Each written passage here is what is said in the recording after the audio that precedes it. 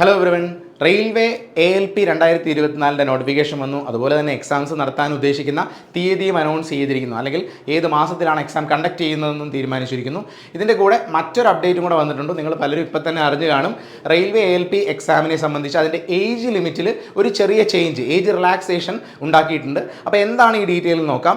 അറിയാം, നേരത്തെയുള്ള നോട്ടിഫിക്കേഷനകത്ത് തന്നെ 18 മുതൽ 30 വയസ്സ് വരെയുള്ളവർക്കായിരുന്നു RRB ALPയുടെ എക്സാമിന് അപ്ലൈ ചെയ്യാൻ പറ്റുന്നത്. ഇപ്പോൾ ആ ഒരു ഏജ് ലിമിറ്റ് ചെറിയ രീതിയിൽ ഒരു ഇൻക്രീസ് ചെയ്തിട്ടുണ്ട്. അതായത് കോവിഡ് പാൻഡമിക് ഒക്കെ കൺസിഡർ ചെയ്തിട്ട് ഈ ഏജ് ലിമിറ്റിന് ചെറിയൊരു ഇൻക്രീസ് ചെയ്തിട്ടുണ്ട്. അപ്പോൾ എന്താണ് എന്ന് ഒഫീഷ്യൽ നോട്ടിഫിക്കേഷനകത്ത് തന്നെ നമുക്ക് നോക്കാം.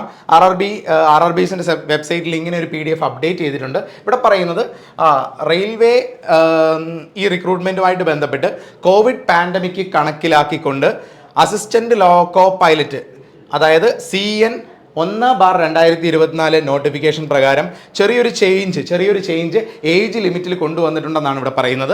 നിങ്ങൾക്ക് കാണാം കൃത്യമായിട്ട് ഏജ് ലിമിറ്റ് ആസ് ഓൺ 1/7/2024 18 മുതൽ 33 വയസ്സ് വരെ. 30 വയസ്സ് വരെ ആയിരുന്നു നേരത്തെയുള്ള നോട്ടിഫിക്കേഷൻ പ്രകാരം. ഇപ്പോൾ അത് 33 വയസ്സ് വരെ എന്നാക്കിയിട്ടുണ്ട്. അപ്പോൾ ഇത് ഒരുപാട് പേർക്ക് എക്സാം എഴുതാൻ അവസാനത്തെ ചാൻസ് ആണെന്നൊക്കെ കരുതിയിരുന്ന് എക്സാം എഴുതാൻ പറ്റില്ല എന്നൊക്കെ കരുതിയിരുന്നവർക്ക് ഒരു അവസരമാണ്.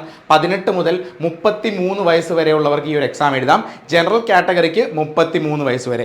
ബാക്കിയുള്ള കാറ്റഗറീസിൻ്റെ എല്ലാം ഏജ് ലിമിറ്റ് നമുക്ക് നോക്കാം. Upper limit of date of birth ആണ് ഇവിടെ പറഞ്ഞിരിക്കുന്നത്. നോർമലി ജനറൽ കാറ്റഗറിക്ക് 18 മുതൽ 33 വയസ്സ് വരെയുള്ളവർക്ക് ഇത് എഴുതാം.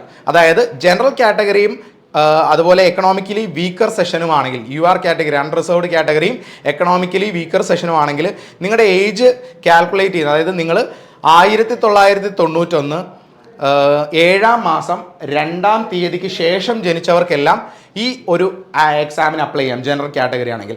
അതേസമയത്ത് OBC വരുമ്പം വീണ്ടും ഒരു 3 വർഷം റിലാക്സേഷൻ ഉണ്ട്. അത് 2/7/88 ശേഷം ജനിച്ചവർക്കെല്ലാം അപ്ലൈ ചെയ്യാമെന്നാണ് ഇതിനകത്ത് പറയുന്നത്.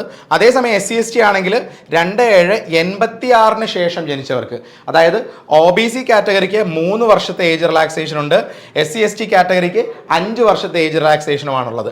അപ്പോൾ ഇതാണ് നമ്മുടെ ഏറ്റവും ഇമ്പോർട്ടൻ്റ് ആയിട്ട് RRB ALP എക്സാമിനെ സംബന്ധിച്ചൊരു അപ്ഡേറ്റ് എന്ന് പറയുന്നത്. അപ്പോൾ ഈ വീഡിയോ എല്ലാവർക്കും യൂസ്ഫുൾ ആയെന്ന് കരുതുന്നു. Thank you for watching the video.